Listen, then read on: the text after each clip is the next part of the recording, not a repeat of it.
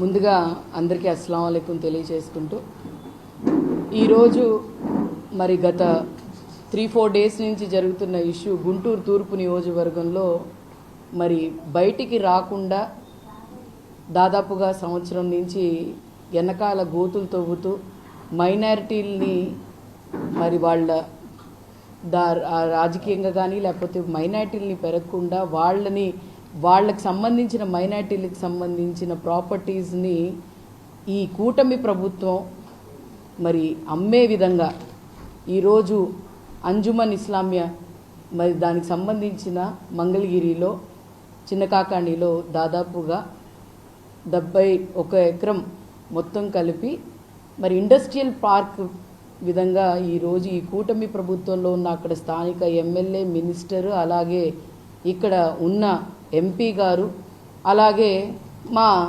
ఇక్కడున్న ఎమ్మెల్యే గారు మరి ఇక్కడ ఉన్న ఎమ్మెల్యే గారికి ఎన్నో పోస్టులు ఉన్నాయి, అసలు చెప్పుకోలేని గర్వించే దగ్గ విధంగా ఆయన్ని అసలు దాదాపు ఎవరికి లేనట్టుగా మైనారిటీల్లో ఆయనకి అసలు ఎన్ని స్థానాలు ఇస్తే ఈరోజు ఒక ఎమ్మెల్యేగా మైనారిటీ ఎమ్మెల్యేగా అలాగే మరి ఆయన చూసుకుంటే అంజుమన్ ప్రెసిడెంట్గా అలాగే వక్ఫ్ బోర్డ్ దానికి డైరెక్టర్గా మరి అలాగే మైనారిటీ దానికి అసెంబ్లీలో ఒక చైర్పర్సన్గా ఇన్ని ఉంటే ఈరోజు నిజంగానే మైనారిటీలకి మంచి చేస్తాము అని నిలబడి రాజకీయాల్లో నేను వచ్చింది ప్రజలకి మంచి చేయటానికి వాళ్ళ మంచి కోసమే వాళ్ళ సంక్షేమం కోసమే వాళ్ళ అభివృద్ధి కోసమే అని చెప్పి రాజకీయాల్లో వచ్చి మరి ప్రతిపక్షంలో 5 సంవత్సరాలు అంటే ఆయన ఎమ్మెల్యే అవ్వటానికి ఎందుకు అనుకుంటున్నారు? ఇక్కడ క్లియర్ కట్గా ఇప్పుడు దాకా నిజంగానే గుంటూరు తూర్పు నియోజకవర్గ ప్రజలు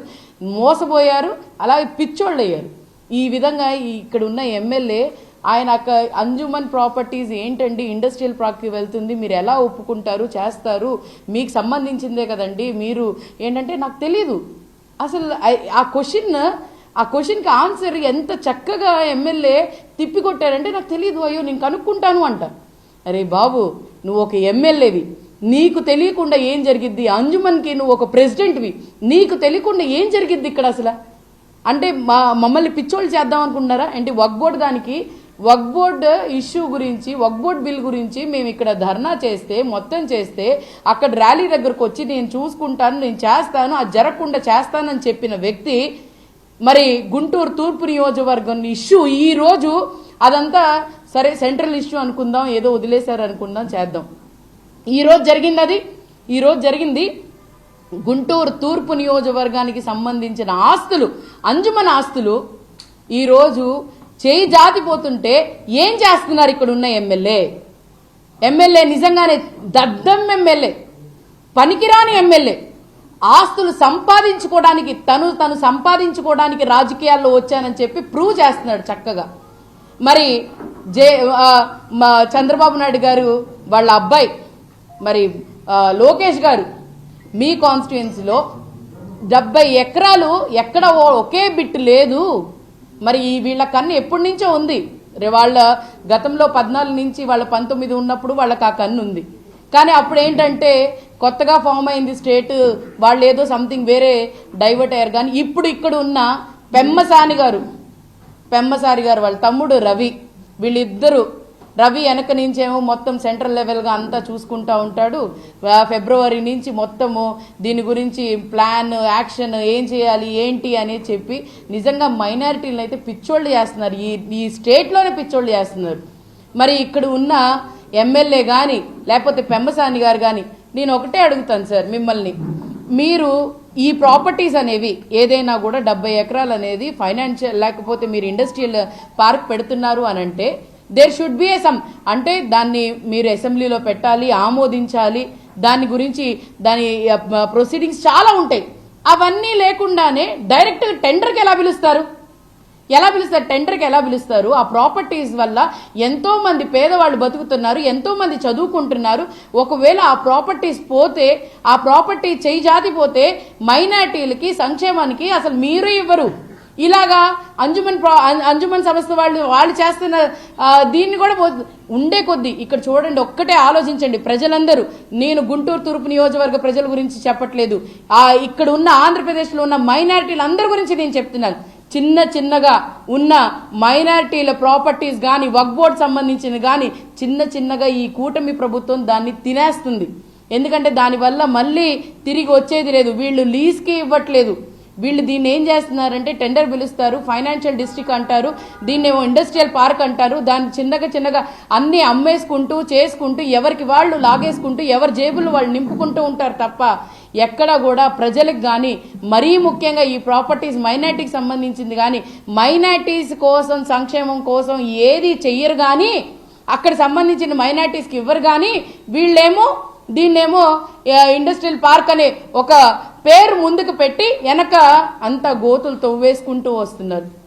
ఒకసారి గుర్తుపెట్టుకోండి, గతంలో మరి నాన్నగారు 10 సంవత్సరాలు ఎమ్మెల్యేగా చేసినప్పుడు ఆయన నిజంగా చెప్తున్నానండి, ప్రతి క్షణం కూడా ఈ కమ్యూనిటీ కాదు ఆ కమ్యూనిటీ కాదు, ఏ కమ్యూనిటీకి ఏది వచ్చినా కూడా నేను ముందుంటానని చెప్పి ఉన్న వ్యక్తి. ఏదైనా ఎమ్మెల్యే గురించి మాట్లాడితే వాళ్ళ చరిత్ర గురించి మాట్లాడితే మంచి మాట్లాడుకోవాలి. కానీ 1.5 సంవత్సరం అయింది మీరు ఎమ్మెల్యే అయ్యి డబ్బుల కోసం కాసుల కోసం అలాగే మరి ఎక్కడా కూడా మంచి పేరు తెచ్చుకున్నట్టు నిజంగానే ఇది ఒక మచ్చ, మైనారిటీలకు ఒక మచ్చలా మారిన ఎమ్మెల్యే ఈ నజీర్ అహ్మద్. ఎక్కడా కూడా ఆయన పిలుద్దామన్నా లేకపోతే ఆయన పలకరిద్దామన్నా లేకపోతే ఆయనతో ఏమైనా పని చేయించుకుందామనంటే అబ్బో ఆ ఎమ్మెల్యేనా డబ్బులు అడుగుతారయ్యా మమ్మల్ని, అబ్బో ఆ ఎమ్మెల్యే దగ్గర నా పని చేయించుకోవాలంటేనా మాకు కుదరదయ్యా అని చెప్పే పరిస్థితికి తీసుకొని వచ్చాం. ఎమ్మెల్యే పదానికే నిజంగానే ఒక సిగ్గుచెట్టుగా మార్చిన మరి ఇక్కడ ఎమ్మెల్యే. అలాగే మీరు చూసుకుంటే ముస్తఫా గారు గతంలో అయితే ఆయన అక్కడికి వెళ్ళి అంజుమన్ ప్రాపర్టీస్ దానికి అక్కడికి అందరు కలిసి వెళ్ళి అక్కడ ఒక 5 ఎకరాలు హజ్ హౌస్ నిర్మాణం చేయిద్దాము, అలాగే ఇక్కడ ఉన్న మైనారిటీలు ఎంతోమంది మరి వాళ్ళ త్యాగం వల్ల ఎంతో మంచి జరిగింది, అక్కడ ఒక మంచి లైబ్రరీ కానీ లేకపోతే అన్నీ క్రియేట్ చేద్దాము అని చెప్పి జస్ట్ ఆయన చెప్పారయ్యా. చెప్పినందుకు అసలు ఎంత రాద్ధాంతం చేశారంటే యాక్షన్ ఆ రోజుల్లో ఆయన ఒక్కసారి ఆయన పేజో లేకపోతే ఆయన యాక్షన్ చేసిన ఒక్కసారి చూడండి, మైనారిటీలు తెలుసుకోండి. ఈ ఎమ్మెల్యే ఆయన పదవిని తీసుకొని ప్రజల్ని మోసం చేయడానికి, ప్రజల ఆస్తులు తీసుకోవడానికే, అలాగే ఈ వక్ఫ్ బోర్డు ఆస్తులు కానీ ఈ రోజు కాసులు నింపుకోవడానికి ఉన్నాడు తప్ప దేనికి పనికి రాకుండా పోయాడు. అలాగే పెమ్మసాని గారు కూడా అదే పరిస్థితి. సార్ మీరు కోట్ల ఆస్తి ఉన్నవాళ్ళు ఎందుకు సార్ మైనారిటీలువి మీకు సార్, ఎందుకు సార్ మా ప్రాపర్టీస్ మీద బతుకుతారు? ఎవరికి హక్కు కాదు, ఏ వ్యక్తికి హక్కు కాదు, అది మైనారిటీలు అందరికీ అది ఒక ప్రాపర్టీ. ఉన్న కొన్ని ఉన్న ప్రాపర్టీస్ దానివల్ల ఎంతోమంది పేదవాళ్ళు చదువుకుంటున్నారు. మీరు చెప్పిన మాటలు మేము ఉచితంగా నేను స్కూళ్ళు కడతాను, నేను హాస్పిటల్ కడతాను, నేను మంచి సంక్షేమం కోసం కడతానని చెప్పిన మాటలన్నీ పోయి ఈరోజు మా ప్రాపర్టీస్ మీద పడుతున్నారే. నేను ఒక్కటి అడుగుతాను, ఇవి ప్రతి ఒక్క సామాజిక వర్గానికి కానీ ప్రతి ఒక్కళ్ళకి కూడా మా క్రిస్టియన్స్కి కానీ లేకపోతే హిందువులకు కానీ అన్ని ప్రాపర్టీస్ ఉన్నాయి, అందరి ఉన్నాయి. కానీ ఈరోజు ఎందుకు మరీ ముఖ్యంగా మైనారిటీల మీద పడుతున్నారు? ఈ ప్రశ్న నిజంగానే ఒక్కసారి నేను ఈ మీడియా ప్రకారంగా మైనారిటీలందరూ నేను అడుగుతున్నాను. నేను ఎవరి తీసుకోమని నేను చెప్పట్లేదు, కానీ మనం ఎందుకు ఈరోజు మరి అక్కడ అమరావతిలో వాళ్ళు చెప్పిన ల్యాండ్ ఎక్వైజ్ చేశారు, ఎంతో మంది ల్యాండ్ పూలింగ్ చేశారు, దాన్ని డెవలప్ చేయలేకపోయారు. అక్కడ ఇంకా రైతులను మేము ఇవ్వము, మీరు ఏం డెవలప్ చేస్తున్నారు అంటున్నారు. దానికోసం మరి ఎటు తీసుకోవాలో ఏం తీసుకోవాలో తెలియక ఈరోజు మరి మైనారిటీ అంజుమన్ ప్రాపర్టీస్ని మీరు తీసుకోవడం అనేది నిజంగానే చాలా బాధగా ఉంది. అలాగే ఖచ్చితంగా చెప్తున్నాము, దీన్ని మేము హైకోర్టుకి తీసుకెళ్తాము, ఖచ్చితంగా హైకోర్టులో మేము వేస్తాము. దీన్ని మీరు ఆపకపోయారా మీరు ఉధృతం చేయడానికి వెనకాడమని చెప్పి మీకు హెచ్చరిస్తున్నాము. అలాగే ఇక్కడున్న స్థానిక దద్దమ్మ ఎమ్మెల్యే ఇప్పుడు ఎవరైనా నోరెత్తి మాట్లాడారా ఏమని మా ఎమ్మెల్యే గారు మంచి చేశారని, నిజంగానే మీరు కూడా ఒక మచ్చలా మిగిలిపోతారని చెప్పి మిమ్మల్ని అందరినీ కోరుతున్నాను. కుదిరితే వచ్చి సపోర్ట్ చేయండి, పార్టీలకు అతీతంగా వచ్చి సపోర్ట్ చేయండి. మనం అందరం కలిసికట్టుగా ఆ వక్ఫ్ బోర్డు అలాగే అంజుమన్ ల్యాండ్ని కాపాడుకుంటాం తప్ప మీరు ఎవరైనా కావాలంటే ఎమ్మెల్యే గారండి మీరు ఇంకా better to leave this politics. ఎందుకనంటే పనికిరాదు మీకు పాలిటిక్స్, ఏంటంటే జేబులు నింపుకోవడానికి తప్ప అని చెప్పి ఒక మీనింగ్గా మారుతున్నారు. Better leave this politics and be in home. మీరు ఇంట్లో ఉంటే మంచిది, ఇలాంటి రాజకీయం చేయటం కన్నా ఇంట్లో ఉండటం మంచిదని చెప్పి మిమ్మల్ని హెచ్చరిస్తూ, అలాగే మీ స్థాయి కాదు, మీ నిజంగానే మీరు మాట్లాడే అర్హత కూడా కోల్పోయారు ఉండే కొద్దీ. ఎందుకనంటే ప్రజలకి మంచి చేయలేరు, మీ మైనారిటీస్కి మంచి చేయలేరు. అలాగే ఈరోజు ఆ వక్ఫ్ బోర్డ్ కానీ లేకపోతే అంజుమన్ ప్రాపర్టీస్ కానీ మీరు కదిలిస్తే మాత్రం ఈరోజు ఒక కలెక్టర్కి హక్కు లేదు, ఈరోజు ఒక ఎమ్మెల్యేకి హక్కు లేదు దాని గురించి మీరు కదిలించడానికి. మేము హెచ్చరిస్తున్నాం, మీరు ఈ నెల రోజుల్లో మీరు దాన్ని తిరిగి తీసుకోకపోతే ఏ విధంగా ఉంటుందో పరిస్థితి ఒక్కసారి మీరు ఆలోచన చేయమని చెప్పి ఉన్న స్థానిక ఎమ్మెల్యేకి, ఒక మినిస్టర్కి, అలాగే ఒక ఎంపీకి మాత్రం తెలియచేస్తున్నాము. అలాగే దీని గురించి మాత్రం ఎక్కడో కూడా మేము చెప్తున్నాం, దీన్ని శాంతియుతంగానే ఖచ్చితంగా ప్రజల్లోకి తీసుకెళ్తాము. దీని తర్వాత కార్యాచరణ ఏంటి అనేది ఖచ్చితంగా తెలుపుతాము. హైకోర్టులో కూడా దీన్ని పిటిషన్ వేస్తాము. దీన్ని మాత్రం మేము ఎట్టి పరిస్థితుల్లో పోనేము. దీన్ని చూసుకొని మళ్ళీ మీరు చూసుకుంటే మన పత్తిపాడు నియోజకవర్గం రెడ్డిపాలెంలో కూడా 180 ఎకరాలు ఉన్నాయి. అవి కూడా మేము ఎక్కడికి పోనేము. ఒక్కసారి మేము చెప్తున్నాము, ఏదో చేతులు కట్టుకొని ఇంట్లో ఉంటున్నాము లేకపోతే ఏం మాట్లాడలేదు మైనారిటీస్ అని అనుకోకండి. ఒక్కసారి గొంతెత్తితే మాత్రం మరి ఈ రాష్ట్రానికి ఒక పరిస్థితి మళ్ళీ మరి ఈ కూటమి ప్రభుత్వానికి మాత్రం ఇది ఒక మచ్చలాగా మారి ఖచ్చితంగా రానున్న రోజుల్లో మీకు బుద్ధి చెప్పే విధంగా మైనారిటీ సోదరిమణులు ఉంటారని చెప్పి మీకు హెచ్చరించడం జరుగుతుంది. Thank you.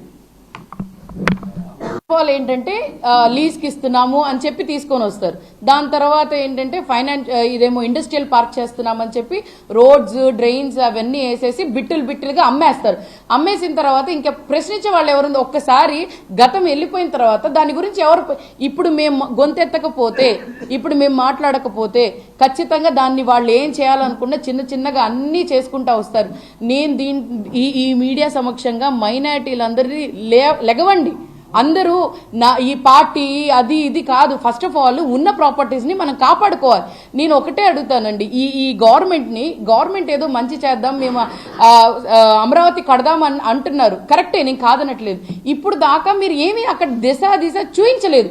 చూపించిన ప్రకారంగా మళ్ళీ ఇక్కడికి వచ్చి ఈ ప్రాపర్టీస్ తీసుకొని ఏం చేద్దామని ఇండస్ట్రియల్ పార్క్ అంటున్నారు. మీరు ఎన్ఓసి సర్టిఫికేట్ తీసుకున్నారు అంటున్నారు. అసలు ఏంటి దాని ప్లాన్ ఏంటి? ఇప్పుడు నజీర్ అహ్మద్ గారు ఉన్నారండి, ఇప్పుడు దీనికి ప్రెసిడెంట్ ఉన్నప్పుడు ఆయన ఏం చెప్పాలి? సరే, దీని గురించి బయటకు వస్తుంది. అసలు ఇది మైనారిటీలకి ఎంత మంచి చేసిద్ది, ఎంత స్థాయి వరకు మైనారిటీలకి ఇది ఉపయోగపడిద్ది? దీనివల్ల ఈ రోజు ఎంతో మంది పిల్లలు చదువుకుంటున్నారు, రేపటి రోజు రోడ్డు మీద పడతారు. దీనికి కావాల్సిన ఫండింగ్ రాదు, చేయదు అంటే అక్కడ కౌలుకి తీసుకున్నారు, ఆ కౌలు డబ్బులు వస్తాయి. వచ్చిన తర్వాత దాంతోనే కదా పిల్లలు ఇక్కడ చదువుకునేది కానీ లేకపోతే ఇంకో డెవలప్మెంట్ కానీ ఫ్రీ ఎడ్యుకేషన్ కానీ అన్నీ జరుగుతున్నాయి. రేపటి రోజు మీరు అమ్మేసిన తర్వాత దీని లీజ్ అని చెప్పి దాన్ని ఖచ్చితంగా మీరు అమ్మేస్తారు. అమ్మేసిన తర్వాత దాని పరిస్థితి ఏంటి?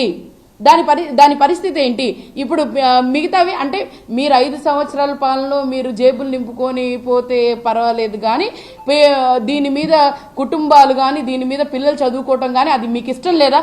నిజంగానే దీన్ని బట్టే అర్థమవుతుంది. నాకు తెలిసి నజీర్ అహ్మద్ గారు ఒక మైనారిటీ కాదనుకుంటా. దీన్ని బట్టి అర్థమవుతుంది. ఎందుకనంటే మొన్న వక్ఫ్ బోర్డ్ ఇష్యూ వచ్చినప్పుడు నేనేం చేయలేనండి అని చెప్పి చాతగాని ఎమ్మెల్యే ఈ రోజు మళ్ళీ గుంటూరు తూర్పు నియోజకవర్గంలో ఉండి ఆయన అధ్యక్షతన ఆయన ఒక ప్రెసిడెంట్గా ఉండి ఆయన మొత్తం ఇక్కడ ఎమ్మెల్యేగా ఉండి స్థానికంగా ఇక్కడ మైనారిటీ ఎమ్మెల్యే ఉండి ఆయన ఏమి చేయలేకపోతున్నాడు అనంటే దీని ఎంత పర్సెంటేజ్ మీకు ఇస్తున్నారు? ఒక మాట చెప్పండి. ఈ రోజు నిజంగానే ఆయనకి మైనారిటీలన్నీ చిత్తశుద్ధి ఉండుంటే నిలబడాలి కదా, ముందు నిలబడాలి కదా, మాట్లాడాలి కదా. ఎక్కడికి పోయారు? మీకు మైనారిటీలు అంటే లెక్క లేదా, లేకపోతే వాళ్ళంటే ఇష్టం లేదా? దీన్ని బట్టే అర్థమవుతుంది ఈ కూటమి ప్రభుత్వంలో ఉన్న మేము గతంలో నుంచి మొత్తుకుంటుంది అదే. మేము గతంలో 2024లో ఏమన్నారు? ఇక్కడ ఉన్న పెమ్మసాని ఏమన్నారు? మైనారిటీలకైనా ఇబ్బంది వస్తే నేను ఉన్నాను అని చెప్పిన వ్యక్తులు ఏమయ్యారు? ఎక్కడ ఉన్నారు? ఎక్కడ అసలు ఏం చేస్తున్నారు మీరు? ఒక మాట ఏదైనా కూడా స్పష్టంగా క్లారిటీగా ఇవ్వలేనప్పుడు మీరు అసలు ఆ పదవిలో ఉండటం ఎందుకు? ఎక్స్ప్లెనేషన్ ఇవ్వలేనప్పుడు, చెప్పలేనప్పుడు అసలు అది మీరు ఇండస్ట్రియల్ పార్క్ అని అంటున్నారు కదా, అసలు ఇండస్ట్రియల్ పార్క్ ఏంటి, ఎలా ఏంటి, ఒక బ్లూ ప్రింట్ లేదు, ఏమీ లేదు. అక్కడ కలెక్టర్ గారు వెళ్ళి దాన్ని సర్వే చేయిస్తారంట. అసలు ఏంటి, ఎవరికి హక్కు ఉంది? అది ఎవరి హక్కు? అది ప్రజల హక్కు, అది మైనార్టీల హక్కు. మీరెళ్ళి చేయటం ఏంటి?